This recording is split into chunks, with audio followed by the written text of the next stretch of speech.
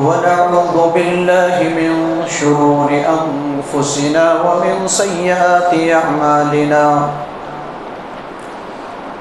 من يهده الله فلا مضل له ومن يضلل فلا هادي له وأشهد أن لا إله إلا الله وحده لا شريك له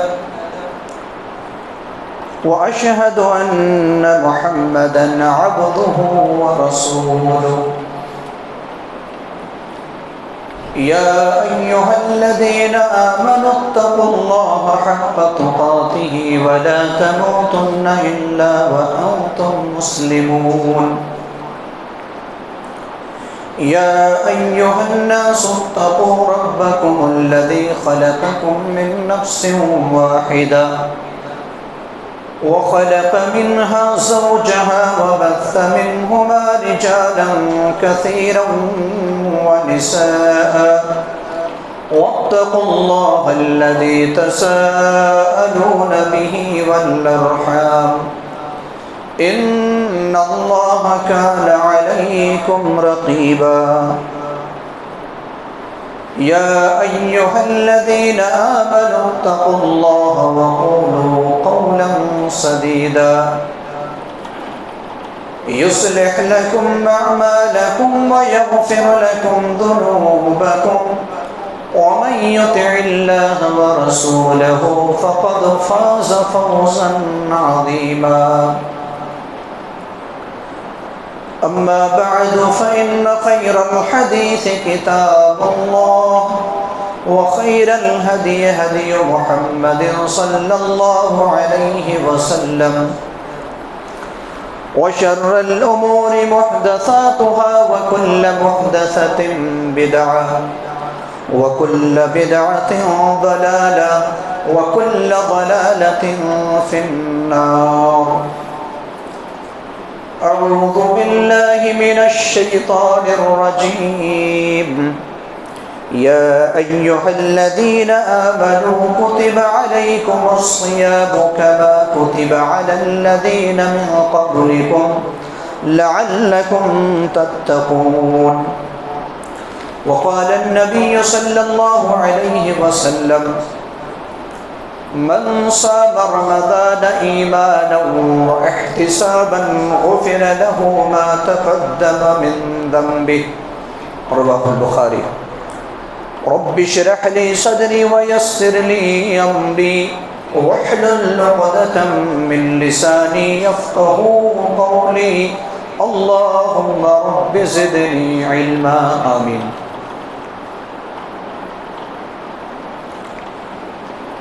نمازیوں کا اب سیلاب آنے والا ہے،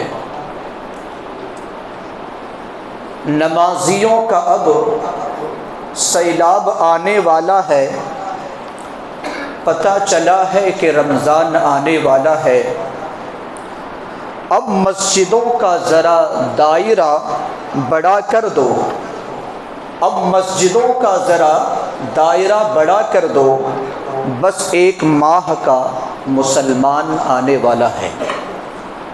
معزز سامعین اکرام، حاضرین جمعہ، بزرگوں، عزیز ساتھیوں، پردہ نشین خواتین، اسلامی ماں و بہنوں، میں نے خطبہ مسنونہ کے بعد سورۃ البقرہ کی 183 نمبر آیت کی تلاوت کی ہے اور صحیح بخاری کے حوالے سے ایک حدیث پڑھی ہے۔ اس مناسبت سے آج کے جمعہ خطبہ کا عنوان ہے روزے کے مسائل۔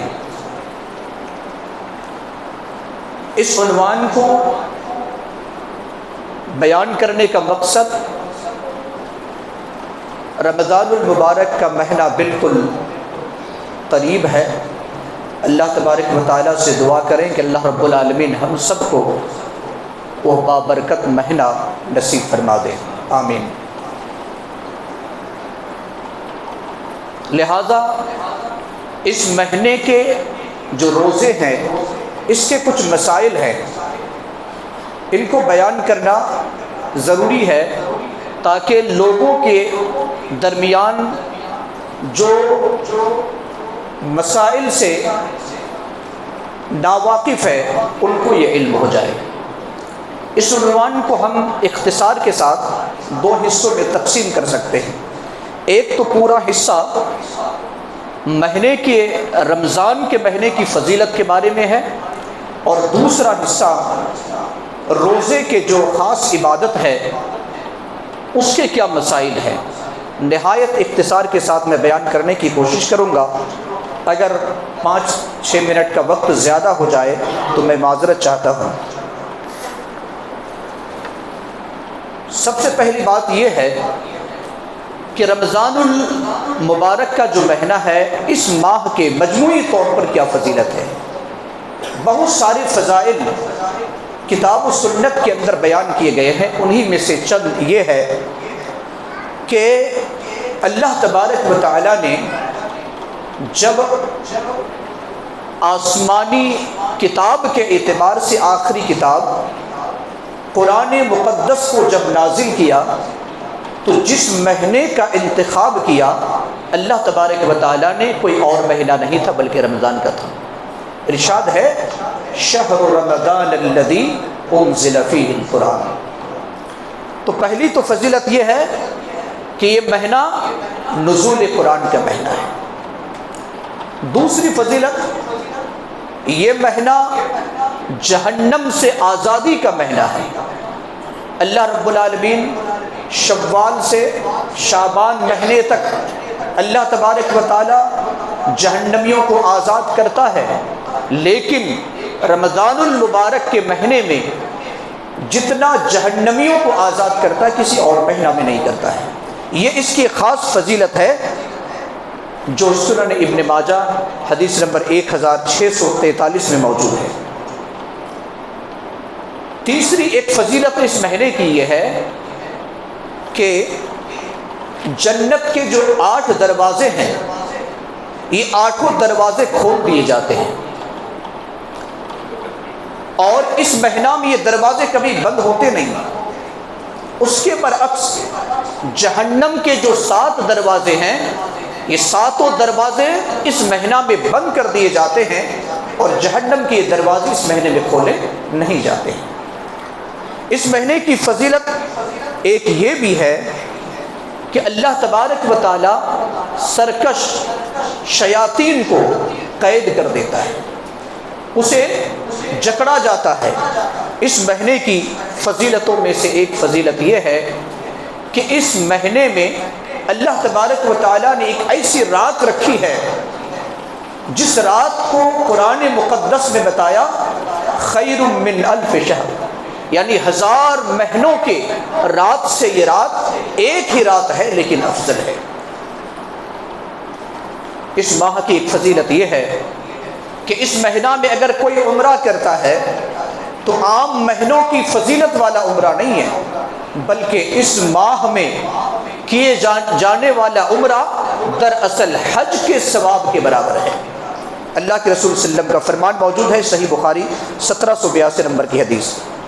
اب آئیے ہم دیکھتے ہیں کہ اس ماہ میں، یہ تو میں نے مختصر انداز میں اس ماہ کی فضیلت کو بیان کیا، اس ماہ میں جو خصوصی طور پر عمل ہے وہ ہے روزے، جس روزے کو اللہ تبارک و تعالیٰ نے فرض قرار دیا۔ سورۃ البقرہ کی آیت نمبر 183 کے اندر اللہ تبارک و تعالیٰ نے اہل ایمان سے خطاب کیا اور کہا یا ایھا الذین آمنوا کتب علیکم الصیام کما کتب علی الذین من قبلکم لعلکم تتقون۔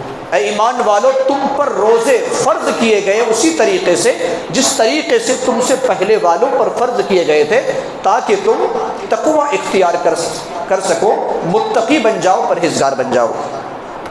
گویا کہ اللہ تبارک و تعالیٰ نے اس رمضان کے روزے کو فرض قرار دیا ہے، بلکہ اسلام کے 5 بنیادی ارکان میں سے ایک اہم ترین رکن روزہ رکھنا بھی ہے، رمضان کا روزہ رکھنا بھی ہے۔ اسی طریقے سے سورہ احزاب کی آیت نمبر 35 میں جہاں اللہ تبارک و تعالیٰ نے اکٹھا 10 مومن مرد اور 10 مومن عورتوں کی صفتوں کو بیان کیا ہے، اسی جگہ پر اللہ رب العالمین نے مرد اور عورتوں کو الگ الگ سے بیان کرتے ہوئے کہا والصائمین والصائمات، یعنی روزے رکھنے والے مرد اور روزے رکھنے والی عورتیں، یہ بھی اجر عظیم کے مستحق ہے۔ اگر کوئی بندہ روزہ رکھتا ہے تو اس روزے رکھنے کی فضیلت کیا ہے؟ اس کی فضیلت کیا ہے؟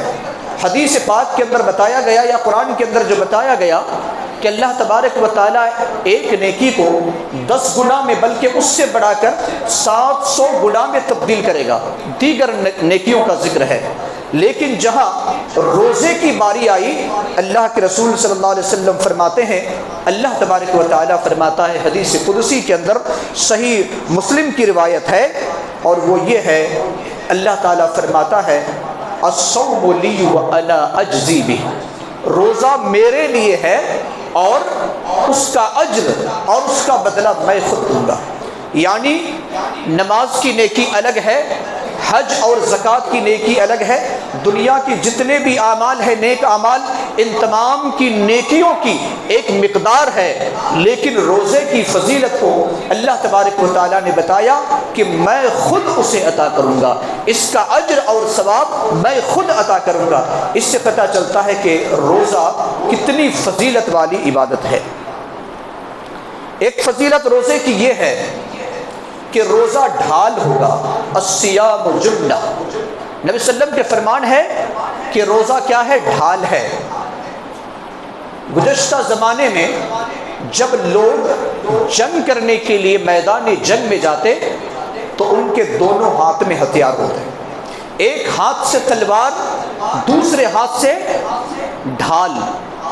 تلوار سے سامنے والے پر وار کیا جاتا اور ڈھال سے سامنے والا جب اپنے اوپر حملہ کرتا تو اس ڈھال کے ذریعے سے اپنا بچاؤ کیا جاتا۔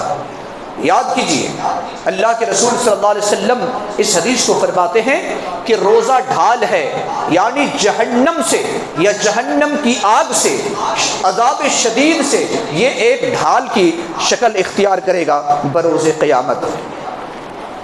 اللہ تبارک و تعالیٰ نے جنت کی 8 دروازے رکھے، لیکن ان میں سے ایک خاص دروازہ ہے جس کا نام ہے باب الریان۔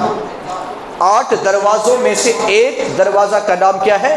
باب الریان، اور اس باب الریان سے صرف روزے دار ہی داخل ہو سکتے ہیں اور دوسرے کسی کے لیے گنجائش نہیں ہوگی۔ لہٰذا جو روزہ رکھتا ہے اس کے لیے مخصوص جو دروازہ ہے اسی دروازہ باب الریان سے داخل ہوگا۔ قیامت کے دن مسند احمد کی روایت ہے، قیامت کے دن جب انسان نفسی کے عالم میں مبتلا ہوگا، انسان چاہے گا کہ آج میرے حق میں میری طرف سے کوئی سفارش کر دے، کوئی شفاعت کر دے، میری طرف سے اللہ کی بارگاہ میں کچھ کہہ دے تاکہ میں عذاب جہنم سے بچ جاؤں۔ ہر انسان نفسی کے عالم میں مبتلا ہوگا، لیکن روزہ اس وقت سفارش کرے گا۔ اللہ کے رسول صلی اللہ علیہ وسلم کا فرمان موجود ہے۔ اسی طریقے سے جب بندہ روزہ رکھتا ہے تو روزہ رکھنے کی صورت میں اس کے منہ سے ایک بو آتی ہے، ایک بو آتی ہے۔ دیکھیے مسجد کے اندر اللہ کے رسول صلی اللہ علیہ وسلم نے فرمایا کہ جو کچے پیاز اور لہسن کھائے وہ میری مسجد میں نہ آئے، کیونکہ بو سے تکلیف ہوتی ہے۔ سگریٹ پینے والے اور بیڑی پینے والے اور تمباکو کھانے والے، ان کے منہ سے ایک بدبو ہوتی ہے۔ شراب پینے والے کی تو منہ سے اور بھی زیادہ بدبو ہوتی ہے۔ اور ایک انسان جب روزہ رکھتا ہے پورا دن بھوک اور پیاس کی وجہ سے ایک بو آتی ہے، لیکن پیارے رسول صلی اللہ علیہ وسلم فرماتے ہیں، صحیح بخاری کی روایت ہے، یہ بو اللہ تبارک و تعالیٰ کے نزدیک کستوری کی خوشبو سے زیادہ پاکیزہ ہے۔ کستوری کی جو خوشبو ہے اس سے بھی زیادہ پاکیزہ بو اللہ کے نزدیک روزے دار کے منہ کی بو ہے۔ تو یہ ایک فضیلت جو قرآن اور حدیث کے اندر بیان کیے گئے ہیں۔ ان میں سے ایک عمل ہو گیا روزہ رکھنا، دوسرا عمل خاص طور سے جو دوسرا عمل ہے وہ ہے قیام رمضان، جس کو ہم نماز تراویح کہتے ہیں، ہم اپنی زبان میں نماز تراویح کہتے ہیں، اور اس کی بھی بڑی فضیلت پیارے رسول صلی اللہ علیہ وسلم نے بتلائی۔ صحیح بخاری 2008 نمبر کے اندر یہ حدیث ہے کہ من قام رمضان ایمانا واحتسابا غفر له ما تقدم من ذنبه، جس نے ایمان اور احتساب کے ساتھ، ایمان اور نیک نیتی کے ساتھ نماز تراویح کا اہتمام کیا، قیام رمضان کا اہتمام کیا، پورے رمضان اللہ رب العالمین اس کے صغیرہ جتنے بھی گناہ ہیں معاف کر دیتا ہے۔ چھوٹے چھوٹے گناہوں کی مغفرت کا اعلان پیارے رسول صلی اللہ علیہ وسلم نماز تراویح کے بدلے میں کر رہے ہیں۔ لہٰذا ہم میں سے بہت سارے ایسے لوگ ہیں جو اپنی مرضی کے مطابق تراویح پڑھتے ہیں، کوئی 3 دن، کوئی 6 دن، کوئی 10 دن، اس طریقے سے تراویح کا اہتمام نہ کریں، بلکہ مکمل تراویح پڑھیں۔ اور ایسا بھی نہیں کہ ہم نے مکمل قرآن کو ختم کر دیا 3 دنوں میں، 6 دنوں میں، 10 دنوں میں، اور ہم تراویح سے ہمیں چھٹی مل گئی، ایسی بات نہیں ہے۔ ہمیں مکمل رمضان تراویح سے گزارنا ہے، اور جبھی ہم اجر و ثواب کے مستحق ٹھہریں گے۔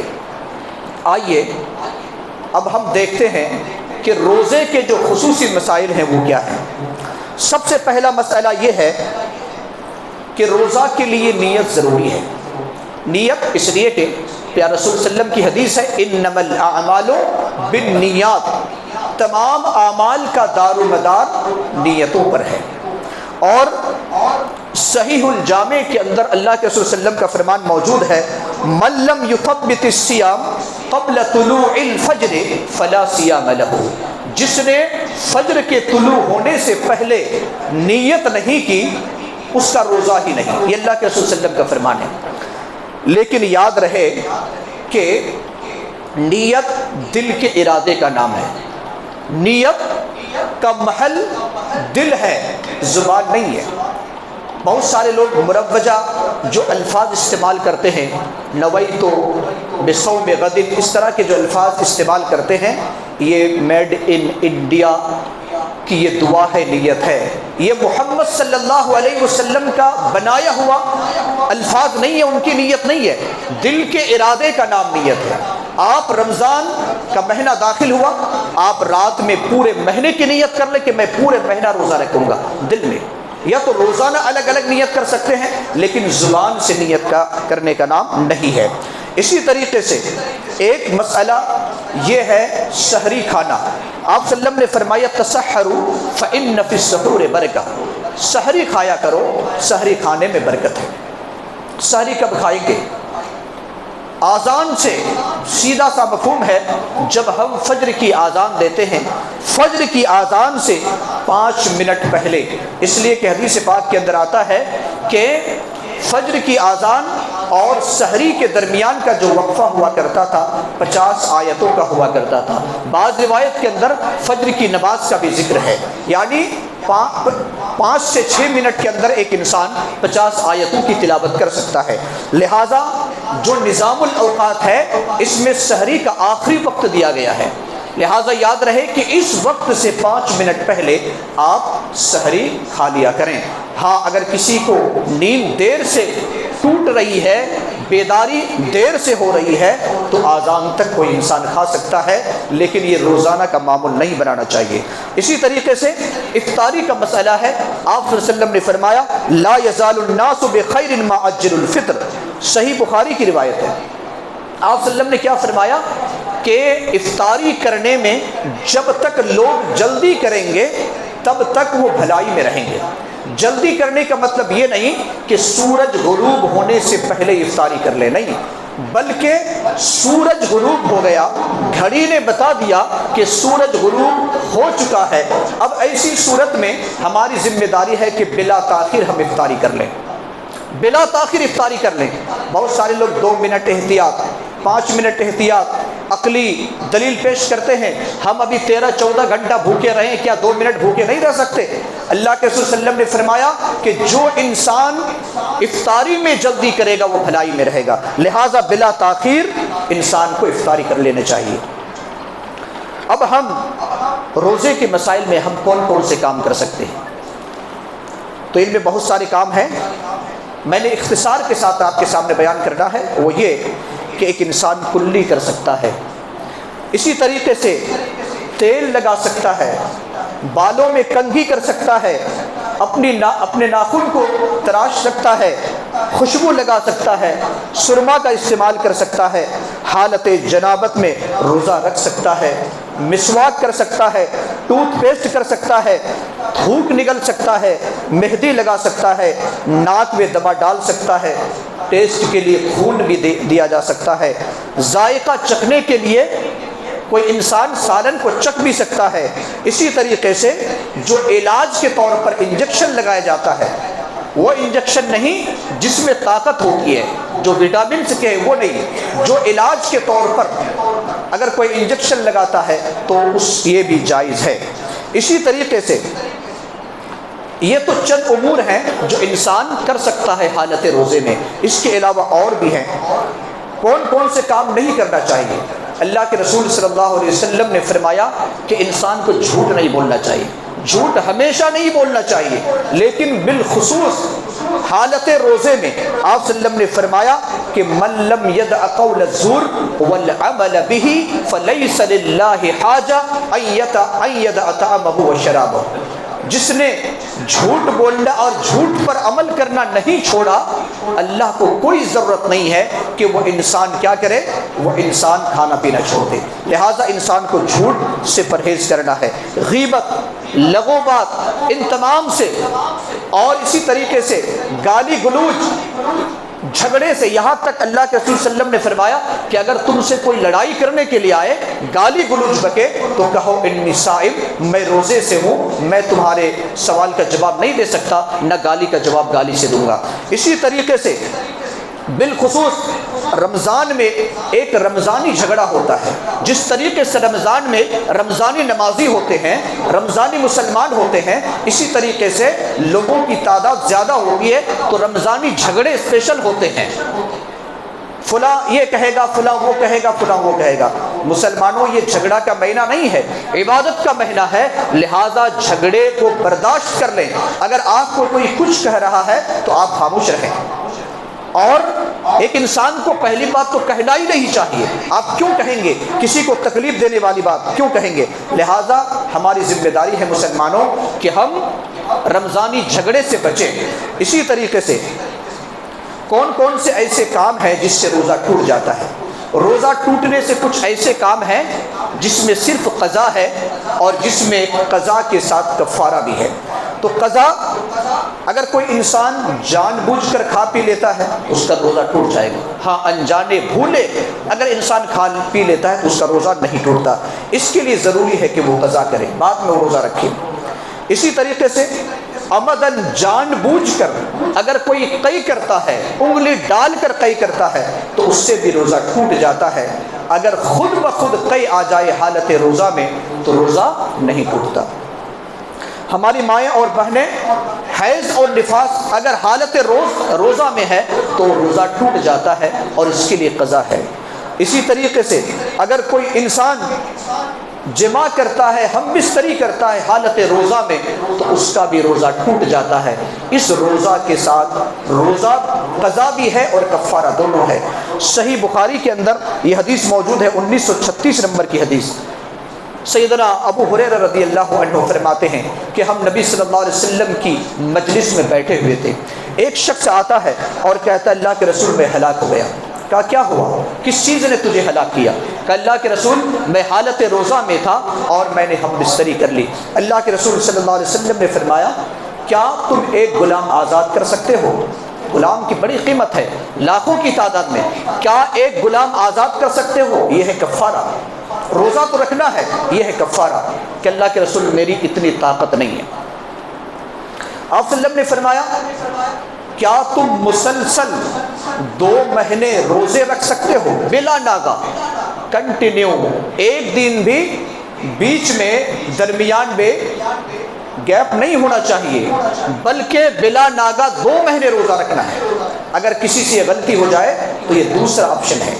اللہ کے رسول صلی اللہ علیہ وسلم سے کہا اللہ کے رسول مجھے اس کی بھی طاقت نہیں ہے۔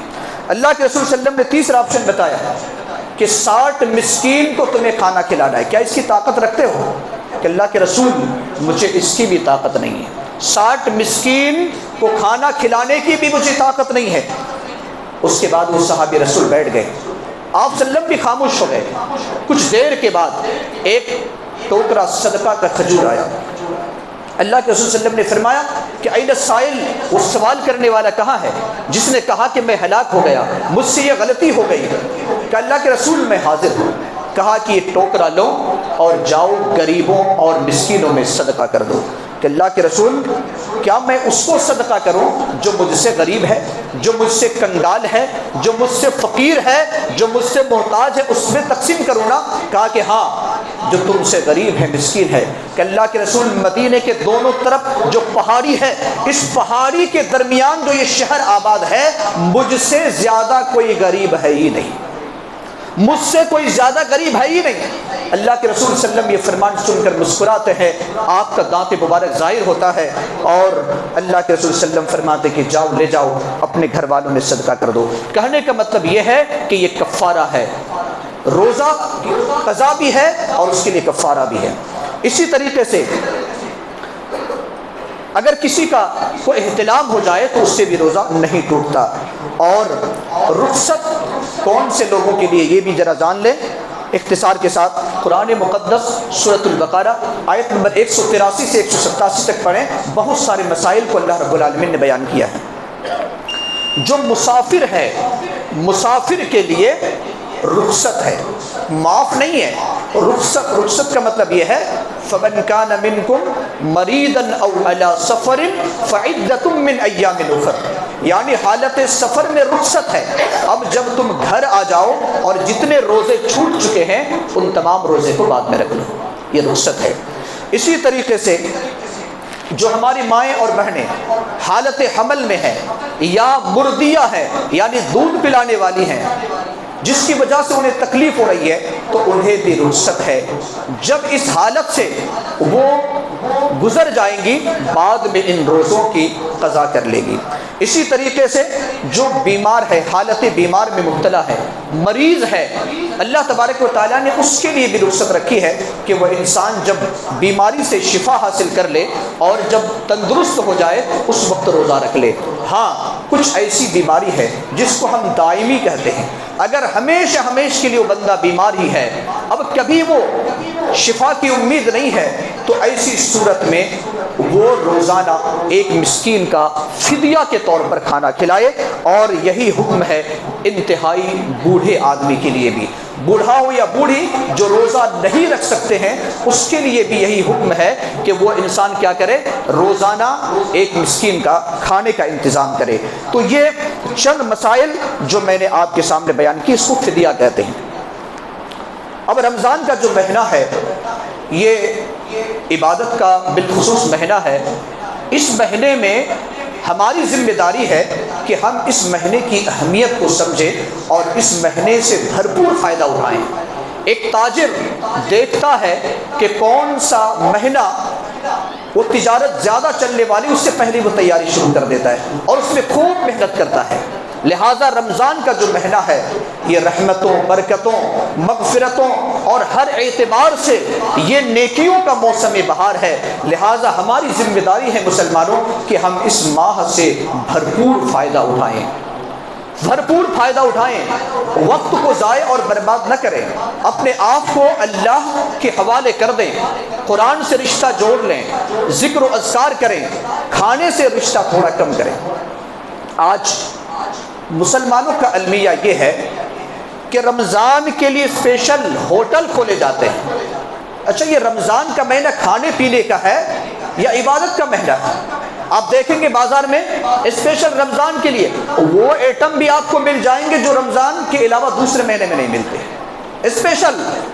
یعنی ایسا معلوم ہوگا کہ رمضان کا مہینہ روزے کا رکھنے کا نہیں ہے، یہ کھانے کا مہینہ ہے۔ تو پھر روزے رکھ کر ہمارا فائدہ کیا ہے مسلمانوں؟ لہٰذا یہ مہینہ مسجدوں کو آباد کرنے کا ہے، یہ مہینہ بازار کو آباد کرنے کا نہیں ہے۔ ہم الٹا کرتے ہیں، مسجد کو ویران کرتے ہیں۔ پہلے تو ہم مسجد کو آباد کرتے ہیں، ماشاءاللہ 1 دن 2 دن 3 دن 5 دن، اس کے بعد آہستہ آہستہ کھسکنے لگتے ہیں، 2 مصلی کم، 3 مصلی، 1 صف، 2 صف، 3 صف، پھر آخر میں وہی آ کر رک جاتے ہیں جو پرانے مصلی تھے۔ ایسا نہیں ہونا چاہیے مسلمانوں۔ اللہ تبارک و تعالیٰ نے کہا روزہ تم پر فرض اس وجہ سے کیا گیا تاکہ تم متقی بن جاؤ۔ لہذا ہماری ذمہ داری ہے مسلمانوں کہ ہم اس مہینہ سے بھرپور فائدہ اٹھائیں، اور ہمیں نہیں معلوم کہ یہ مہینہ آئندہ سال ہمیں نصیب ہوگا یا نہیں، لہذا اس مہینہ کو غنیمت سمجھتے ہوئے بھرپور طریقے سے، خواہ مرد ہو یا خواتین، بھرپور طریقے سے فائدہ اٹھائیں اور اپنے اوقات کو ضائع اور برباد نہ کریں۔ انٹرنیٹ کا استعمال کم کریں، موبائل فون کا استعمال کم سے کم کریں، صرف ضروری پیغام ہی کی حد تک رہیں، اس سے زیادہ آپ استعمال نہ کریں، بلکہ اللہ رب العالمین کو راضی کرنے والے اعمال کریں۔ اللہ تبارک و تعالیٰ سے دعا ہے کہ اللہ تبارک و تعالیٰ ہم تمام لوگوں کو اس مہینہ سے بھرپور فائدہ اٹھانے کی توفیق عطا فرمائے۔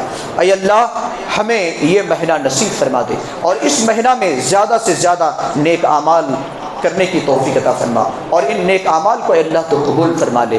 اے اللہ ہماری گناہوں کی مغفرت فرما، ہماری حسنات کو قبول فرما لے۔ ہم میں سے جو بیمار ہے اے اللہ تو انہیں شفاء کاملہ اور صحت عاجلہ نصیب عطا فرما، جو جس پریشان حال میں مبتلا ہے ان کی پریشانی کو دور فرما دے۔ ہمارے مرحومین اور مرحومات کی قبر کو نور سے منور فرما دے، انہیں جنت الفردوس میں اعلیٰ مقام نصیب عطا فرما۔ اے اللہ جب تک ہمیں زندہ رکھ، ایمان اور اسلام پر زندہ رکھ، جب اپنے پاس بلا ایمان اور اسلام پر بلا۔ آمین۔ بارک اللہ لنا ولکم فی القرآن العظیم ونفعنا وإیاکم بالآیات والذکر الحکیم، انہ تعالی جواد کریم ملک رؤوف رحیم۔